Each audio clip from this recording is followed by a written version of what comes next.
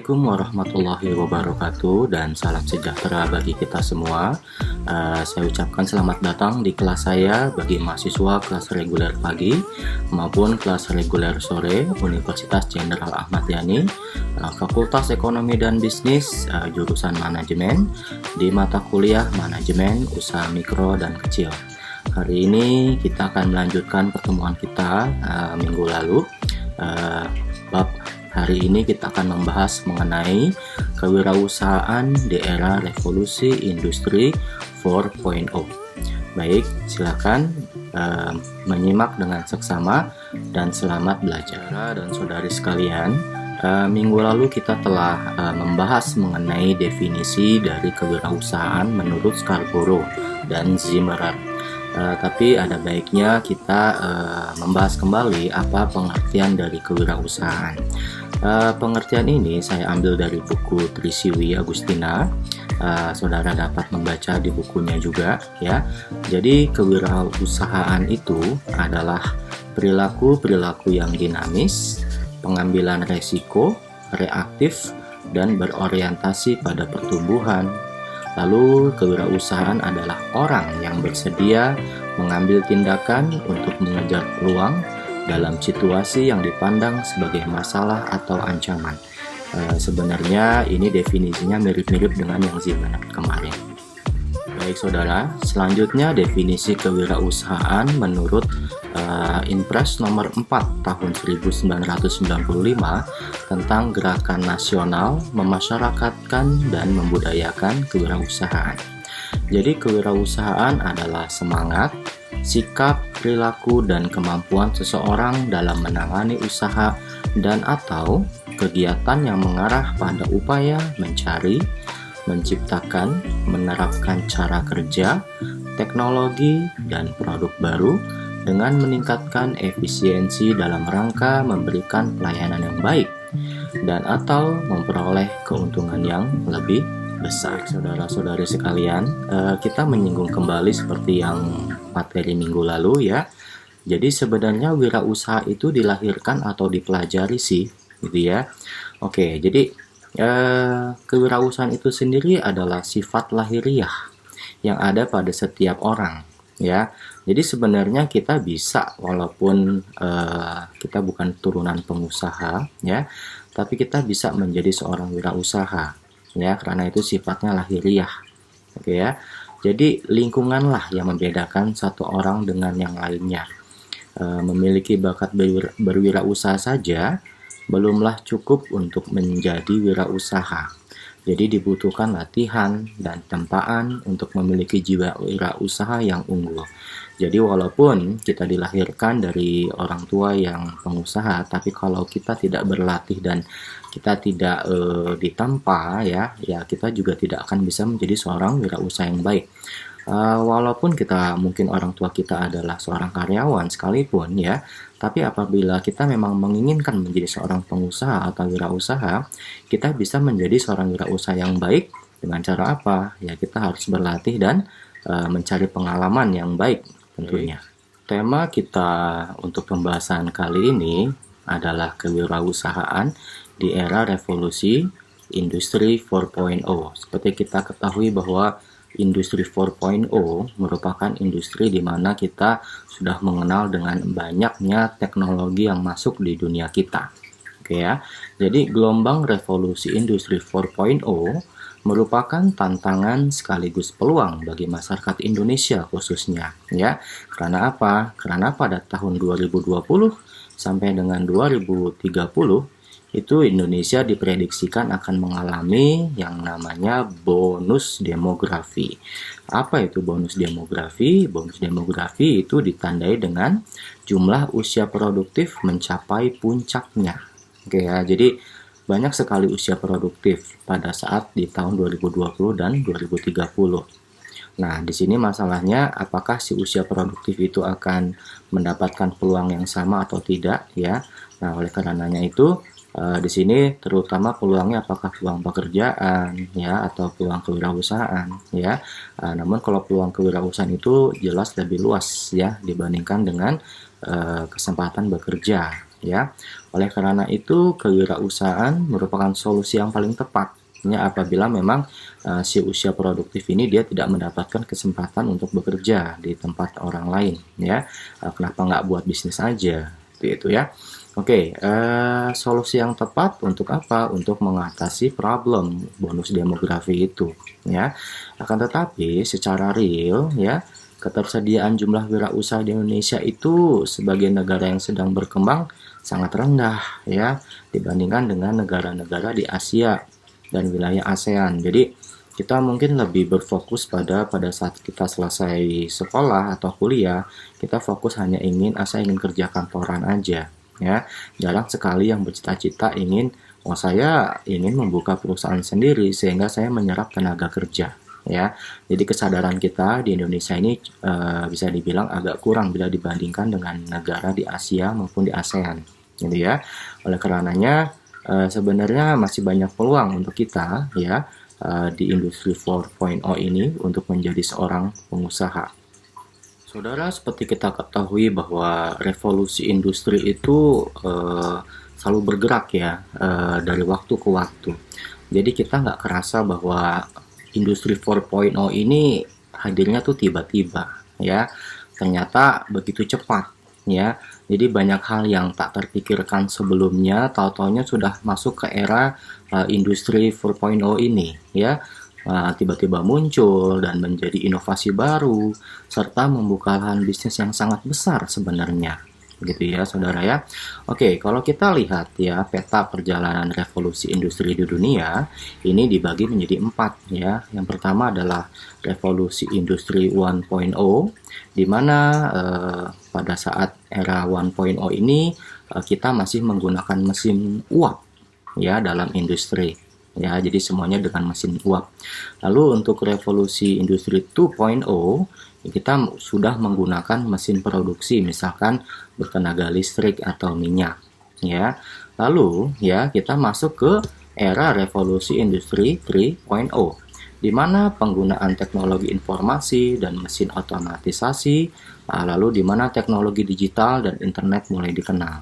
Ya, nah ini kita ternyata nggak kerasa ya, itu sudah lewat dan sekarang kita sudah memasuki yang namanya revolusi industri 4.0 di mana mesin ya itu terintegrasi dengan internet ya, jadi Internet of dan for things. Jadi bisa dibilang bagaimana ya, jadi mesin-mesin itu sudah bisa dihandle atau bisa dikendalikan melalui internet seperti itu, saudara. Selanjutnya kita akan membahas mengenai ruang lingkup wirausaha, di mana wirausaha pada era revolusi industri 4.0 itu meliputi apa aja. Yang pertama adalah bidang ekonomi kreatif, yaitu di mana ekonomi kreatif ini merupakan banyaknya informasi ya di sekitar kita, sehingga kita sebagai sumber daya manusia bisa mengolah informasi tersebut dengan kreativitas kita sebagai manusia sehingga bisa menjadi menghasilkan suatu bisnis gitu ya. Lalu yang kedua adalah pemberi jasa. Jasa ya apa, kita sudah cukup paham ya bahwa ada barang dan ada jasa. Jadi di sini kita bisa memberi berupa jasa. Lalu ada berupa perdagangan, lalu agraris atau kita sebut juga sebagai pertanian ya. Lalu yang kelima adalah perikanan. Saudara, kita bisa membagi ada 3 jenis wirausaha ya. Yang pertama adalah necessity entrepreneur. Apa itu necessity entrepreneur? Jadi necessity ini adalah dia ini menjadi wirausaha karena terpaksa oleh keadaan dan desakan kebutuhan hidup. Misalnya ada seorang karyawan ya yang tadinya dia nggak menyangka bahwa dirinya di PHK. Nah pada saat sampai sekarang ternyata dia nggak dapat kerja gitu ya. Nah, karena terpaksa maka dia untuk memenuhi kebutuhan hidupnya maka dia harus menjadi seorang wirausaha. Itulah yang disebut dengan necessity entrepreneur. Lalu ada replicative entrepreneur.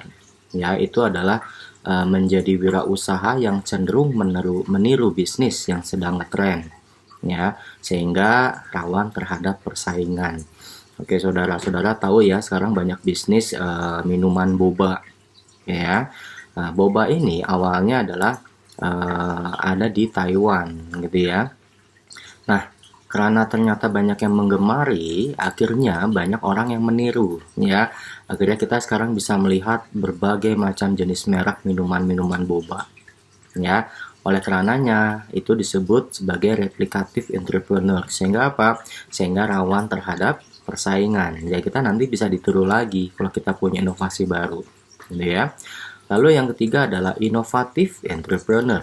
Apa inovatif entrepreneur? Inovatif entrepreneur adalah dia seorang wirausaha yang terus berpikir kreatif dalam melihat peluang dan berusaha untuk meningkatkan usahanya. Oke, di sini jadi dia ini bersifat inovatif dan kreatif ya. Walaupun ya banyak persaingan, tapi dia seorang pengusaha yang bisa menciptakan ide-ide baru sehingga produknya itu menjadi inovatif ya. Sehingga apa? Sehingga dia menang dalam persaingan. Nah, disinilah sebenarnya seorang pengusaha atau wirausaha yang baik yang mana? Ya, yang baik sebenarnya yang inovatif karena dia bisa apa? Dia bisa berpikir kreatif dan bisa inovatif terhadap produknya. Saudara, bagaimana sih ciri wirausaha yang baik itu? Ya, apabila kita ingin menjadi wirausaha, kita itu harus apa? Ya, oke, yang pertama kita harus memiliki sikap atau ketetapan hati. Jadi kita nggak boleh pelin-pelan, ya. Kita harus teguh pendirian, oke ya. Lalu kita harus bersemangat tinggi, ya, jangan memalas. Oke. Lalu yang ketiga, motivasi berprestasi yang tinggi. Ya, misalkan sekarang bulan ini kamu sudah mencapai omset berapa, maka bulan depan kamu harus punya omset yang lebih tinggi lagi sehingga kamu punya prestasi yang lebih tinggi dibandingkan yang sebelumnya. Oke, lalu yang keempat adalah dapat memahami perbedaan pandangan. Ya, oke, seorang wirausaha yang baik, ya, dia bisa memahami perbedaan pandangan tiap orang. Masalah selera, ya, masalah kualitas, dia bisa menghargai. Jadi tidak berdasarkan pendapatnya sendiri, gitu ya. Misalkan kita punya bisnis makanan, menurut kita enak, gitu ya. Tapi kalau menurut orang lain nggak enak, ya kita harus menghargai. Kita harus tanya, kenapa nggak enaknya, gitu ya. Oke, lalu yang kelima adalah percaya diri, ya. Percaya diri ini berarti ya kita nggak boleh putus asa, lalu kita juga nggak boleh pesimis ya. Kita harus berusaha ya. Sebelum kita berusaha jangan mundur dulu ya. Pokoknya harus pantang mundur. Percaya diri bahwa kita bisa. Oke ya. Lalu kita yang terakhir yang keenam adalah berorientasi pada tindakan. Ya, kita berwirausaha boleh melakukan perencanaan ya, tapi perencanaan tanpa tindakan itu tidak ada apa-apanya. Oke ya. Jadi seorang wirausaha itu dia harus berani bertindak, berani berencana dan juga berani melaksanakannya. Oke, saudara, tadi kita mengetahui 3 jenis wirausaha yang baik ya. Salah satunya adalah inovatif entrepreneur ya. Nah, inovatif itu berarti dia bisa apa? Melakukan inovasi gitu ya. Nah, di sini terdapat 5 hal penting dalam disrupsi. Nah, disrupsi itu adalah perubahan besar-besaran dalam inovasi kita. Ya, inovasi apa? Inovasi produk kita terutama, ya. Yang pertama, apa disrupsinya atau inovasinya? Yaitu terjadinya penghematan. Ya, ya mungkin kita bisa penghematan dari sisi biaya atau mungkin dari bahan baku, ya. Nah, seperti itu. Oke, lalu terciptanya kualitas. Ya, nah dengan adanya inovasi baru kita bisa menciptakan kualitas yang lebih baik dari sebelumnya, gitu ya. Oke, lalu terciptanya pasar baru.